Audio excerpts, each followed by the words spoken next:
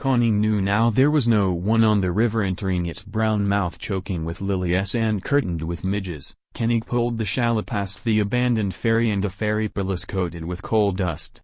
Staying aboard, he saw, up in a thick meadow, a sand-colored mule, untethered, with no harness, and no signs of habitation round the ruined factory. A wheel looked hard in rust, and through whose spokes the vines of wild yam leaves lent from overweight. The wild bananas in the yellowish sunlight were dug like aching cows with unmilked fruit. This was the last of the productive mines. Only the vegetation here looked right. A crab of pain scuttled shooting up his foot and fastened on his neck. At the brain's root he felt his reason curling back like parchment in this fierce torpor.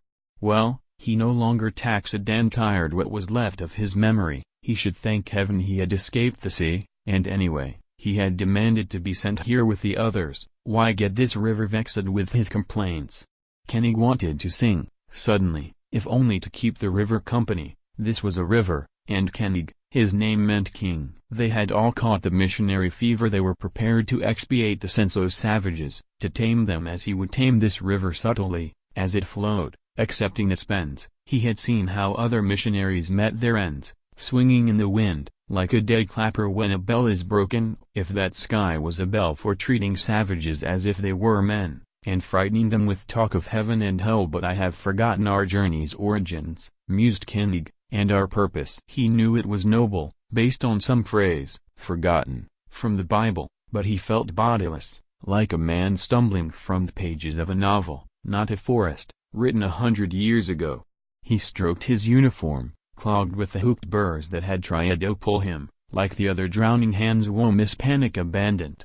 The others had died, like real men, by death.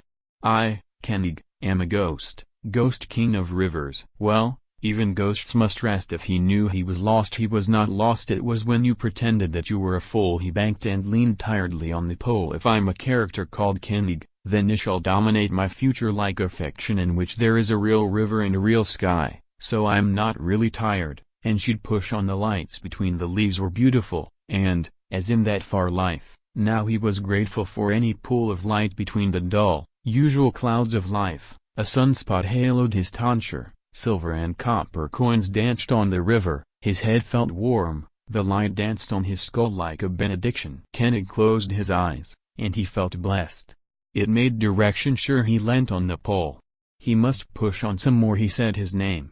His voice sounded German, then he said river, but what was German if he alone could hear it? Ich spreche Deutsch sounded as genuine as his name in English, Koenig in Deutsch, and, in English, King. Did the river want to be called anything? He asked the river.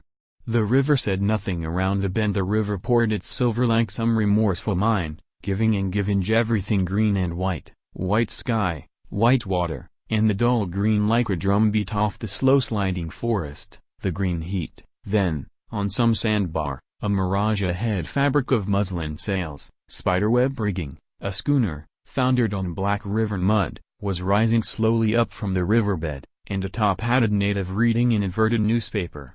"Where's our queen?" Koenig shouted. "Where is our Kaiser?" The nigger disappeared. Koenig felt that he himself was being read like the newspaper or a 100-year-old novel. The queen dead. Kaiser dead.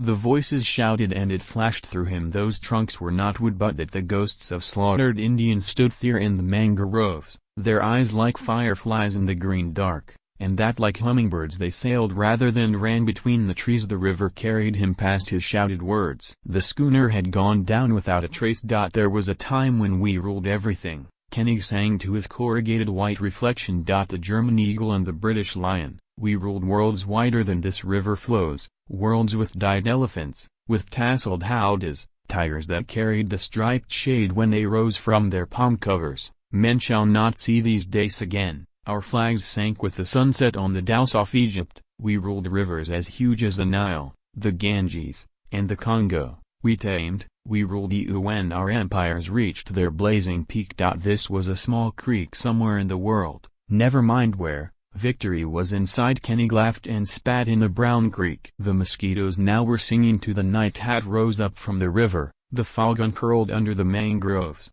Koenig clenched each fist round his barge pole scepter, as a mist rises from the river and the page goes white.